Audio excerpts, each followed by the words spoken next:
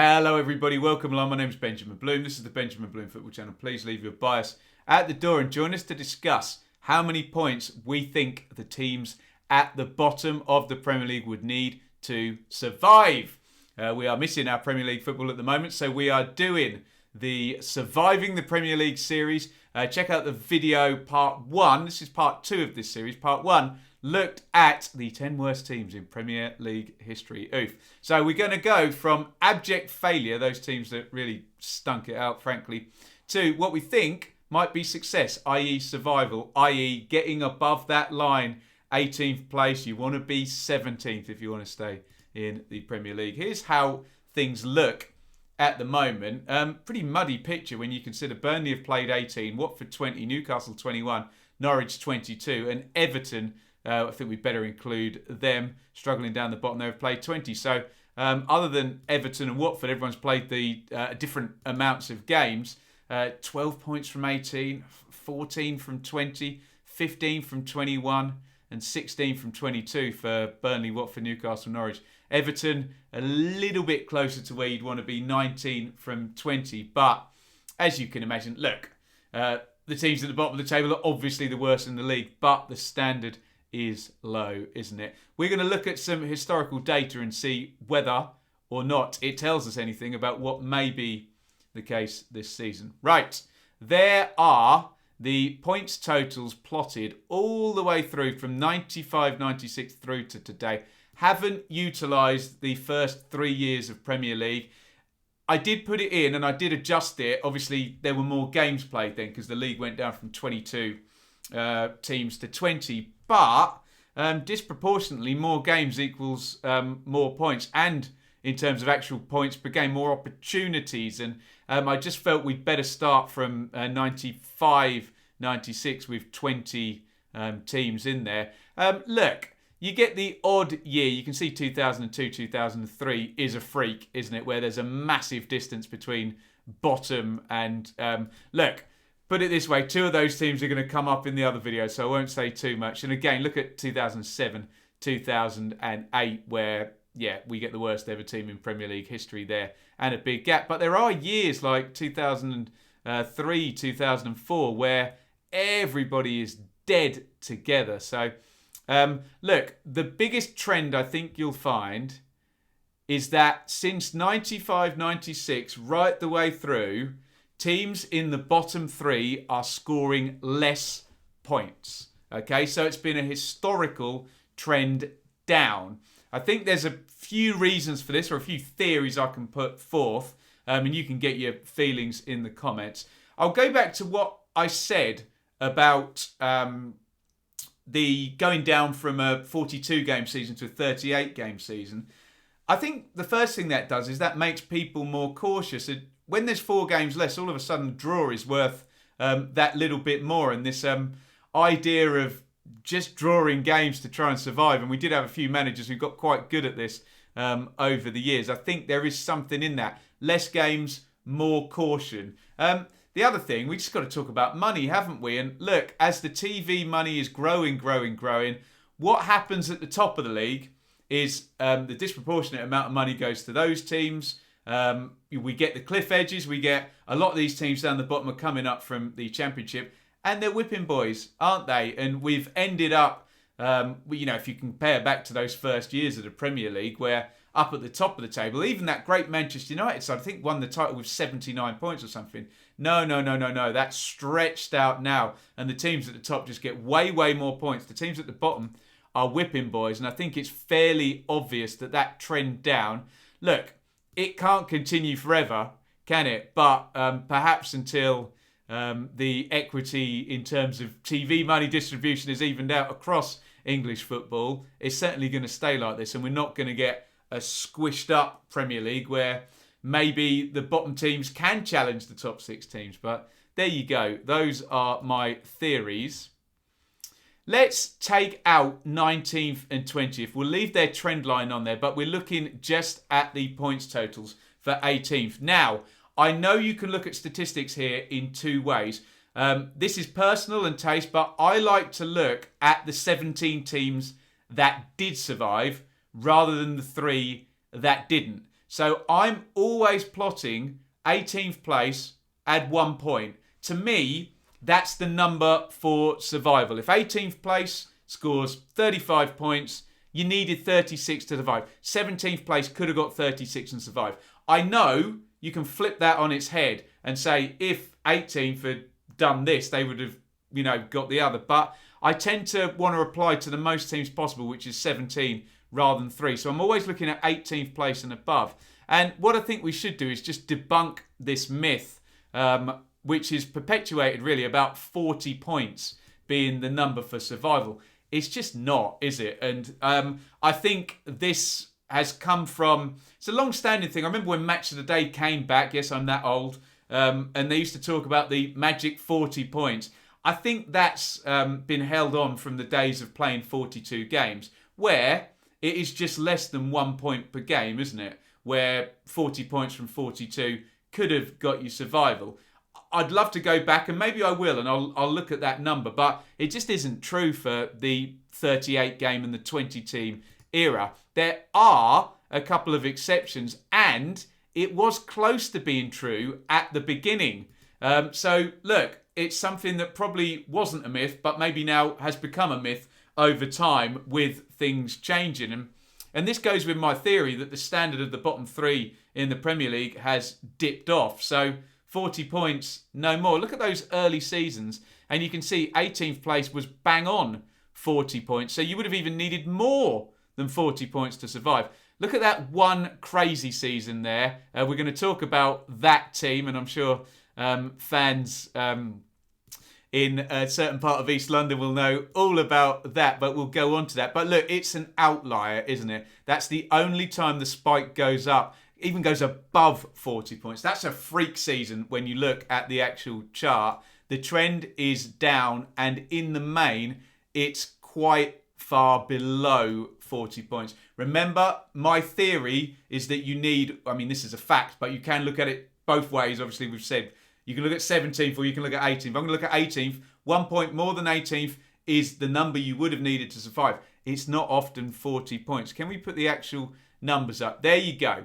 So, in the majority of seasons, look, I'm going to read them. You would have needed 37, 34, 35, 37, 34, 34, 35, 37, 34. Look at that one season. What is that? 2009-10. You needed 31 points to survive. Okay, if I'm calling the big high one an outlier, then this one's an outlier as well. But still, my point stands. It ain't 40. 36, 36. So we should add on a point for all these. 33, 35, 34, 34. But just look at those last 5 years. 34, 33, 34, 34. So in the main, 35 is definite survival there. And then, God, look at the last few seasons. And it dropped down even to 28 points. I know the bottom 3 getting cut adrift means that perhaps those last 5-10 games, they're done. And they're organising their squad for next season and perhaps getting even fewer points than they would have if they'd been in a challenge. But I think what is very clear, 2 things. The 40-point thing is a myth. It's probably even lower than a point per game, isn't it? Which would be 38. And it's so obvious, I can't state enough, the bottom 3 in the Premier League are getting worse as years go on. Maybe I should be saying the top 3 are getting better, and people like Manchester City scoring 100 points and Liverpool scoring 99. Maybe that's more the issue than the bottom. But hey, one does exactly what we think to the other, doesn't it? Right. Now, let me explain what's going on here. These are, and I'll come off the screen a second. So these are the rolling 3-year averages for 18th place. Okay, so I'm still going by the theory that when we're analysing survival, we need to look at 18th and add on 1 point. Again, I'm willing to have a discussion about this. I know some people say statistically you should go the other way. That's just my belief on this.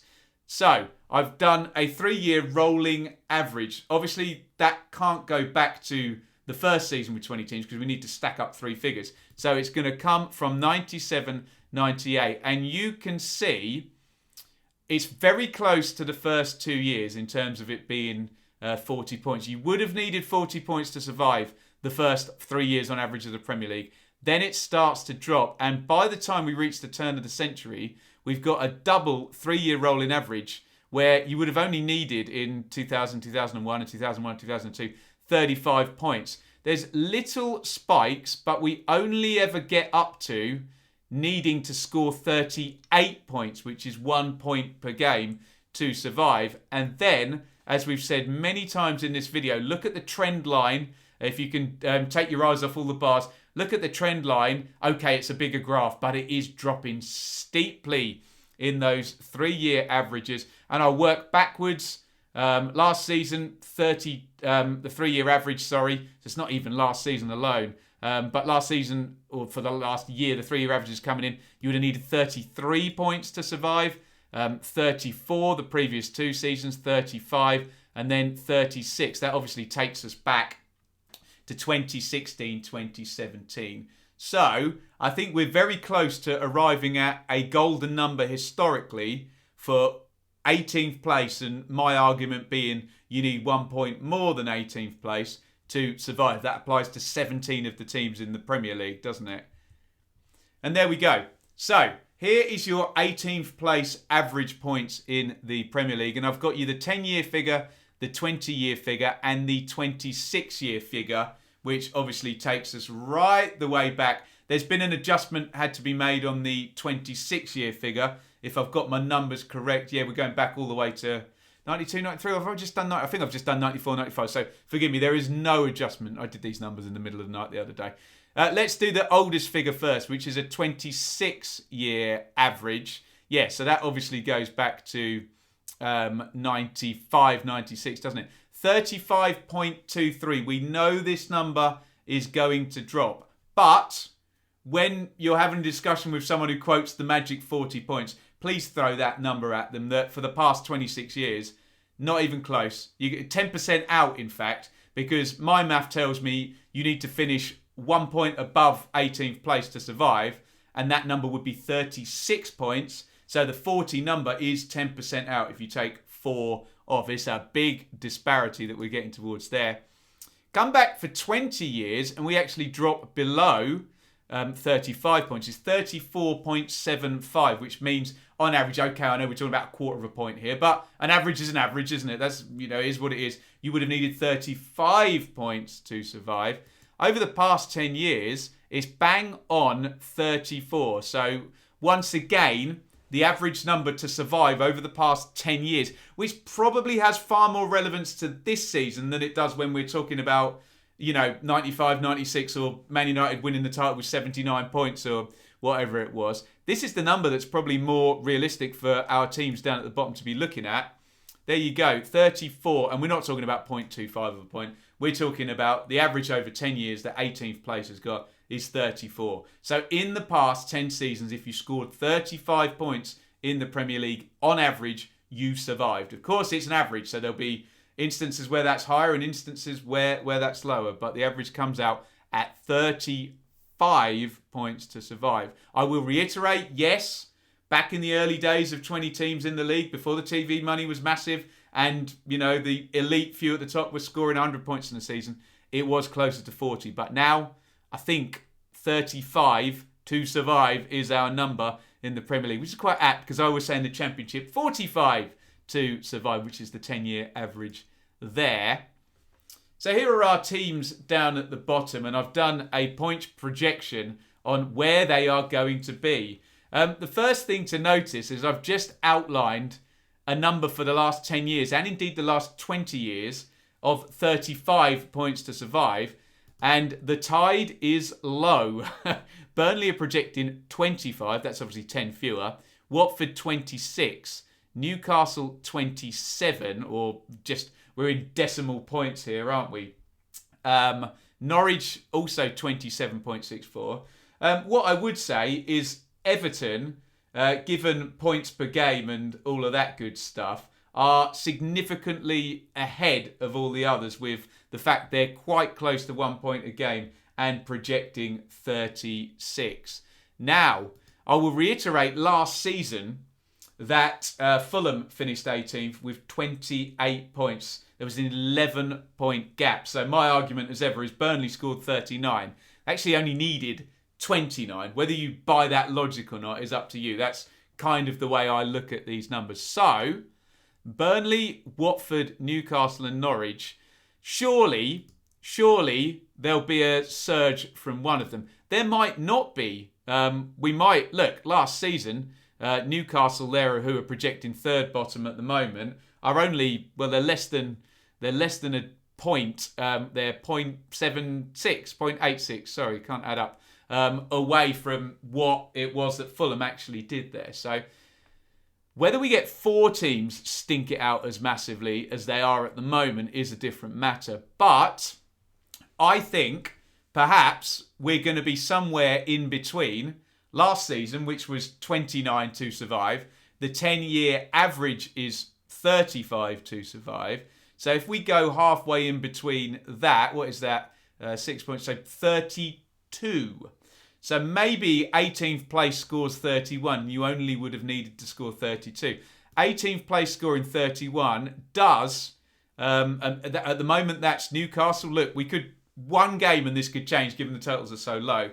But we are assuming an upturn for basically all, well, the 2 teams that are relevant are 18th and 17th, aren't they? Because I've used 18th for my numbers and 17th is actually the one that survives. But to cut a long story short, 32, do we think, based on historical evidence? Now, please get your comments in and I will reiterate what I just said, based on historical evidence. So, look, I've not factored in the fact that Newcastle's squad is better now than it was at the start of the season. There might be injuries and players who've come back in the other squads that might make them better. I've also not factored in possible games in hand, possible fixture congestion, and ease or difficulty of remaining games. Someone might pop up in the comments and say, but Ben, look at, I don't know, for example, I don't know whether it is Burnley's run-in. Look how easy that is or how difficult that is. I haven't done that, so go and have a check and, yeah, perfectly reasonable argument for a future projection. Remember, I'm just looking at the past. Also, Everton have just put in a new manager who's kind of punching their weight and who's kind of below their weight. Maybe there's an argument that Norwich and Watford could just trend at the same, whereas Burnley and Newcastle might have a bigger upside, and Everton you'd think certainly would be. Maybe they were at a trough. So there you go. That might all turn around and end up with the 32 number we've said. I think for sure it's not going to be near 35. It's not going to be near 38, which is 1 point per game. And by God, it's not going to be anywhere near 40, the magic 40 points. So there you go. My 3 takeaways from this. Relegated teams are scoring fewer and fewer points as the years go on.